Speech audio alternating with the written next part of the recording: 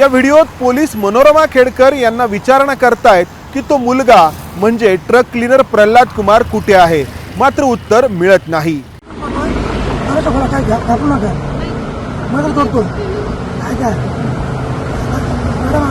तो मुलगा आला नाही.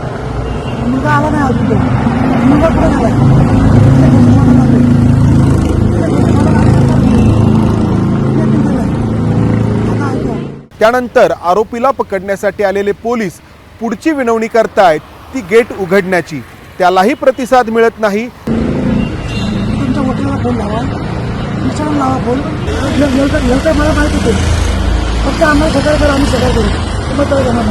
त्यानंतर पोलीस मनोरमा खेडकर यांना पुढची विनवणी करतायत की तुम्ही आमच्या सोबत पोलीस स्टेशनला चला, हवं तर तुमच्या गाडीमधून चला.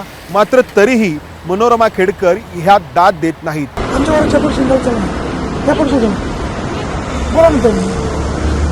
तुमच्या गाडीत बसा, आमच्यावर आम्ही इथेच थांबतोय.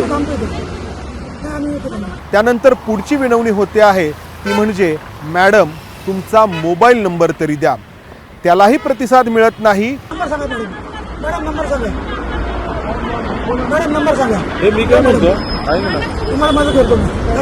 मनोरमा खेडकर यांनी असं सांगितलं की तुम्ही पोलीस स्टेशनला जाऊन थांबा, मी माझ्या पतीला घेऊन स्वतः पोलीस स्टेशनला येते. काय नंबर?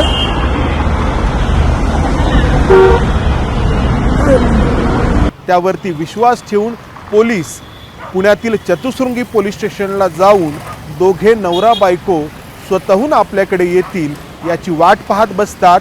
आणि इकडे दिलीप खेडकर आणि मनोरमा खेडकर त्यांच्या लँड क्रुझर गाडीसह गायब होतात. हा सगळा घटनाक्रम या व्हिडिओमध्ये आपल्याला पाहायला मिळतो.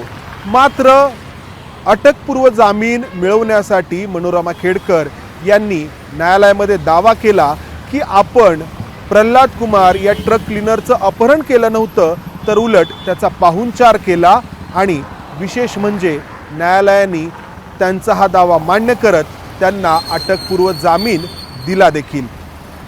अटकपूर्व जामिनासाठी मनोरमा खेडकर या स्वतः नवी मुंबईतील बेलापूरमधल्या अतिरिक्त सत्र न्यायालयामध्ये हजर होत्या.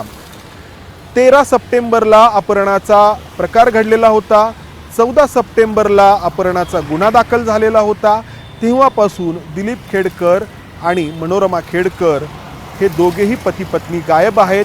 पोलीस दावा करतायत की दोघे आपल्याला सापडत नाही आहेत. आणि दुसरीकडे या पोलिसांना न सापडणाऱ्या मनोरमा खेडकर वकिलासह बेलापूरच्या न्यायालयामध्ये अटकपूर्व जामिनासाठी हजर राहिल्या.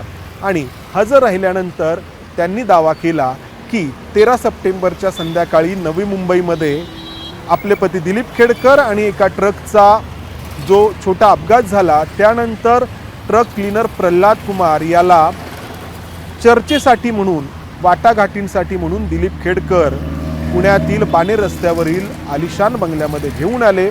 चर्चा फार वेळ चालली, रात्र फार झाली आणि त्यामुळे हा प्रल्हाद कुमार नावाचा क्लीनर आपल्याच घरी झोपला. दुसऱ्या दिवशी आमच्या ड्रायव्हरने स्वतःच्या गाडीतून या क्लीनर प्रल्हाद कुमारला बस स्टॉपवरती सोडलं, असं मनोरमा खेडकर यांनी न्यायालयामध्ये दाखल केलेल्या त्यांच्या या युक्तिवादामध्ये म्हटलंय. आणि हा युक्तिवाद न्यायालयाने मान्य देखील केला आहे. Husband carried the cleaner Pralhad Kumar for negotiations with regard to the damage cause to the car. As it was late night, the said person stayed at the applicant's house and on the next day her driver dropped him to bus stand Pune at 9:30 AM. No offense as alleged over took place.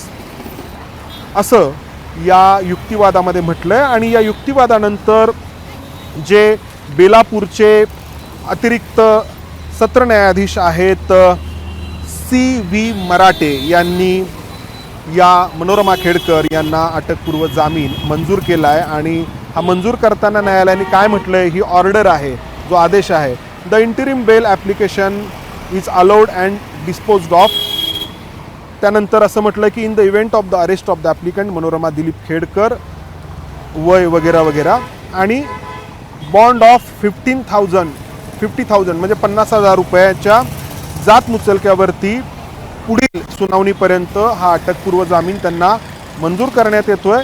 The applicant shall make herself available for interrogation by the investigation officer as and when required and shall cooperate him. म्हणजे जेव्हा पोलिसांना आवश्यक वाटेल तेव्हा तपासासाठी मनोरमा खेडकर यांनी सहकार्य करायचं आहे. आणि त्यानंतर the applicant shall not directly or indirectly make any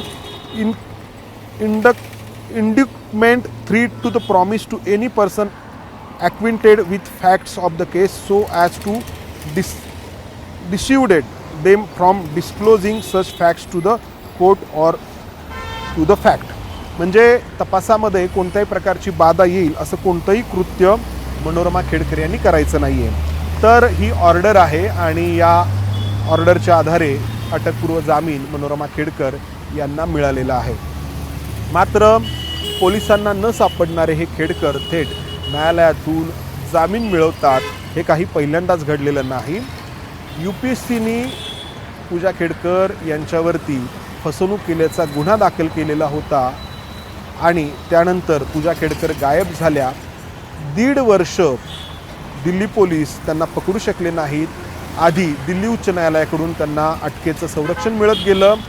त्यानंतर डिसेंबर 2023मध्ये दिल्ली उच्च न्यायालयाने अटकपूर्व जामीन मागे घेतला.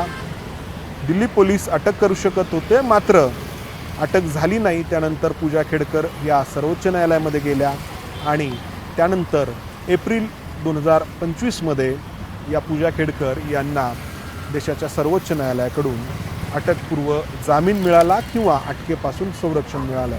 असाच प्रकार मनोरमा खेडकर यांच्या बाबतीत घडलेला होता. एका शेतकऱ्याला बंदुकीच्या साहाय्याने धमकावल्याबद्दल तक्रार दाखल करण्यात आली होती पुणे ग्रामीण पोलिसांच्या फोर्ड पोलीस स्टेशनमध्ये. मात्र 1 वर्ष याची दखल घेण्यात आली नाही. माध्यमांनी खास करून ABP माझानी हे प्रकरण समोर आणल्यानंतर त्या ठिकाणी गुन्हा दाखल झाला आणि त्याच प्रकरणात मनोरमा खेडकर यांना अटक झाली. आणि आता आपण पाहतो आहोत की 13 सप्टेंबरला एका ट्रक क्लीनरचं अपहरण केल्याबद्दल ज्या दिलीप खेडकर यांच्यावरती गुन्हा दाखल आहे ते दिलीप खेडकर आज तागायत पुणे पोलिसांना आणि नवी मुंबई पोलिसांना सापडलेले नाहीत. तर दुसरीकडे याच प्रकरणात त्यांच्या पत्नीवरती म्हणजे मनोरमा खेडकर यांच्यावरती जो गुन्हा दाखल आहे त्या प्रकरणात मनोरमा खेडकर यांना अटकपूर्व जामीन मिळाला आहे. दिलीप खेडकर यांना देखील असाच अटकपूर्व जामीन मिळेल का? कॅमेरामन विजय राऊत मी इथेच थांबतो. धन्यवाद. ABP माझा, उघडा डोळे बघा नीट.